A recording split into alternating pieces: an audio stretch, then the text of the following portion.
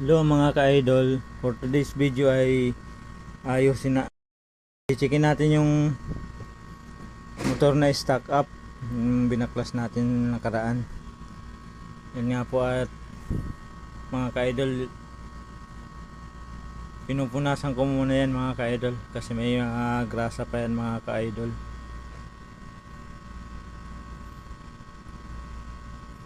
Punas lang mga ka-idol. Yan, tinapon na sa basuran ng punas.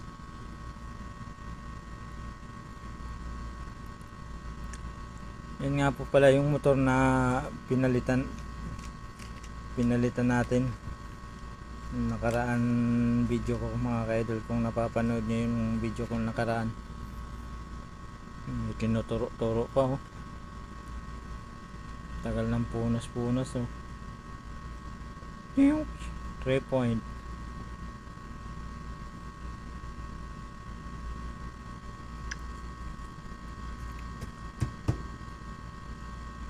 Yan, sinimulan ko na pong tanggalin yung kanyang pinion gear. Sana ayan na po mga ka-idol, kumuha na ako ng lagayan yan para hindi kalat-kalat, para pag naiwan natin yan, pag may tao sa loob, nandyan lang yan sa lagayan mga ka-idol.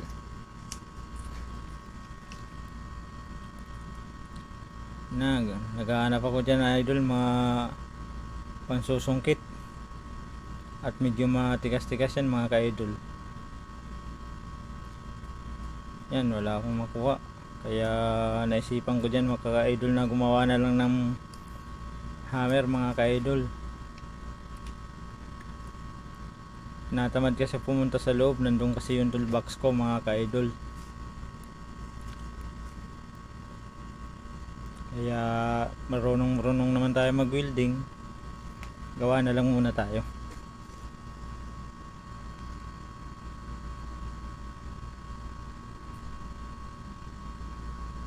Na sinusukat-sukat pa mga ka-idol oh. Oo, pinakita pa talaga sa camera mga ka-idol.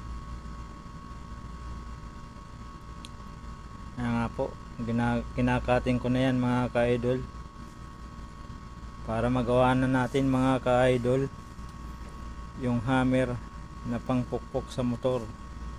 Pantanggal pala ng pinion gear mga ka-idol.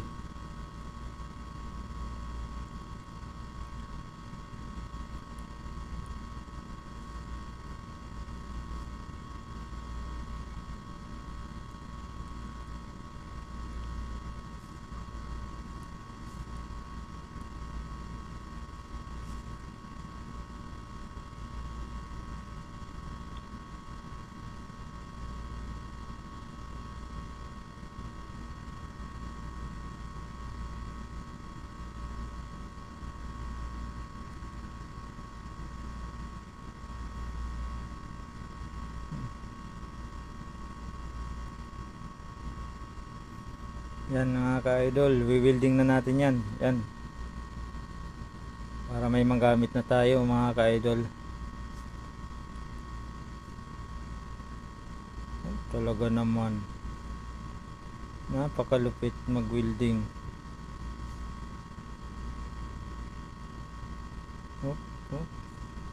Pokpok, sige lang mga ka-idol, pokpok tayo dyan mga ka-idol. Sinusungkit na natin yan idol. Ayan, lumabas na mga ka-idol. Tatalsik yan mga ka-idol, tatalsik. Tumalsik mga ka-idol.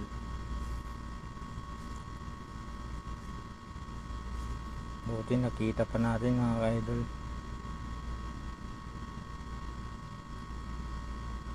Minimas-simas pa.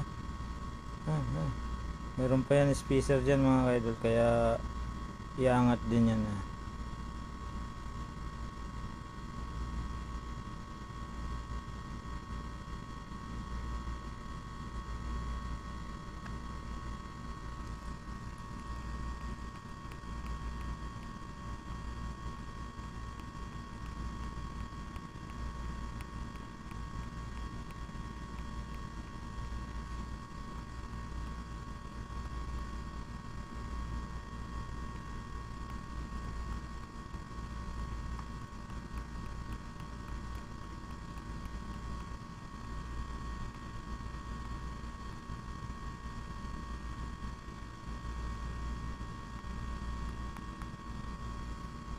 Sa wakas, matanggal din mga ka-idol.